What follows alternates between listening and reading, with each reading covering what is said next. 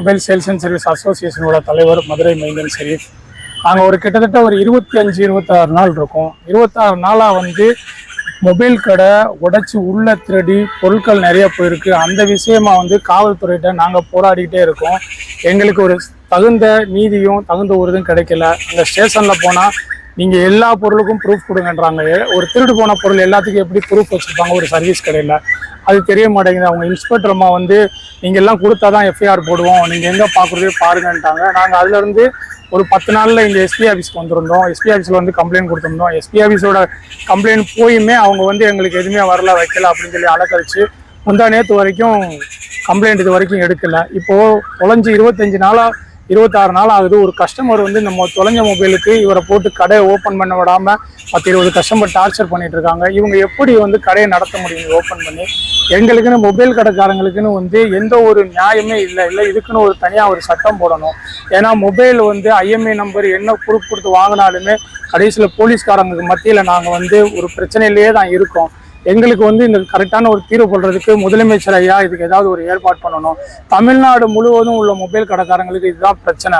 எங்கே பார்த்தாலும் ஏதாவது ஒன்று போலீஸ் ஸ்டேஷனில் சிக்குனா சத்தம் அப்படின்ற அளவுக்கு தான் இருக்கும். கண்டிப்பான முறையில் எங்களுக்குன்னு ஒரு தனியாக ஏதாவது இந்த மாதிரி நாங்கள் எல்லா கரெக்டான ப்ரூஃப் வாங்கி எல்லாம் வாங்கினாலுமே ஸ்டேஷன் போகும்போது எங்களோட பிரச்சனை எங்களோட கோரிக்கை ஏற்றுக்கப்பட மாட்டேங்குது. இதுக்கெல்லாம் ஒரு தீர்வு காணணும். அதுவும் இல்லாமல் திரும்பி நாங்கள் இன்னைக்கு கொண்டு கொடுத்துருக்கோம். இன்னைக்கு உள்ள ஒரு எஸ்பி ஆஃபீஸில் கம்ப்ளைண்ட் வாங்கிட்டு பண்ண சொல்கிறோன்னு தான் சொல்லியிருக்காங்க. இனியும் இந்த கம்ப்ளைண்ட்டுக்கு இந்த மொபைல் கடைக்கு எங்கள் திருட்டுக்கு நீதி கிடைக்கலைன்னா கண்டிப்பான முறையில் ஏற்கனவே நிலக்கட்டையில் ஒரு மொபைல் கடை திறந்து 60 மொபைல் காணாம போய் 10 மொபைலில் அந்த மொபைல் கடைக்காரரே தேடி கண்டுபிடிச்சிருக்காரு. அதுவும் ஸ்டேஷன் உதவி பண்ணலை. அதுவுமே இன்னும் அந்த வழக்கு அப்படியே தான் கிடக்கு, ஸ்டேஷனில் பெண்டிங்காக தான் கிடக்கு. இது எல்லாத்துக்கும் சேர்த்து நாங்கள் ஒரு பெரிய போராட்டத்தை தமிழ்நாடு மொபைல் அசோசியேஷன்லேருந்து ஆரம்பிக்கிறதுக்கு முன்னாடி நாங்கள் கடைசியாக எங்களோட கோரிக்கையை இப்போ எஸ்பி ஆஃபீஸில் வச்சுருக்கோம். இதை இவங்க நடவடிக்கை எடுக்கலைன்னா கண்டிப்பான முறையில் நாங்கள் இது ஒரு மிகப்பெரிய போராட்டத்துக்கு தயாராக வேண்டி வரும் அப்படிங்கிறத நாங்கள் எச்சரிக்கை பதிவாக பண்ணுறோம். என்னோட கடையில் பார்த்தீங்கன்னா கஸ்டமர்ஸ் சர்வீஸ்க்காகவும் ப்ளஸ் டிஸ்பிளே சேஞ்சஸ் எல்லா சர்வீஸ்க்காகவும் வராங்க. ஸோ வந்த இடத்துல பார்த்தீங்கன்னா டிஸ்பிளே மொபைல்ஸ் எல்லாமே பார்த்தீங்கன்னா மிஸ் ஆகிருக்கு.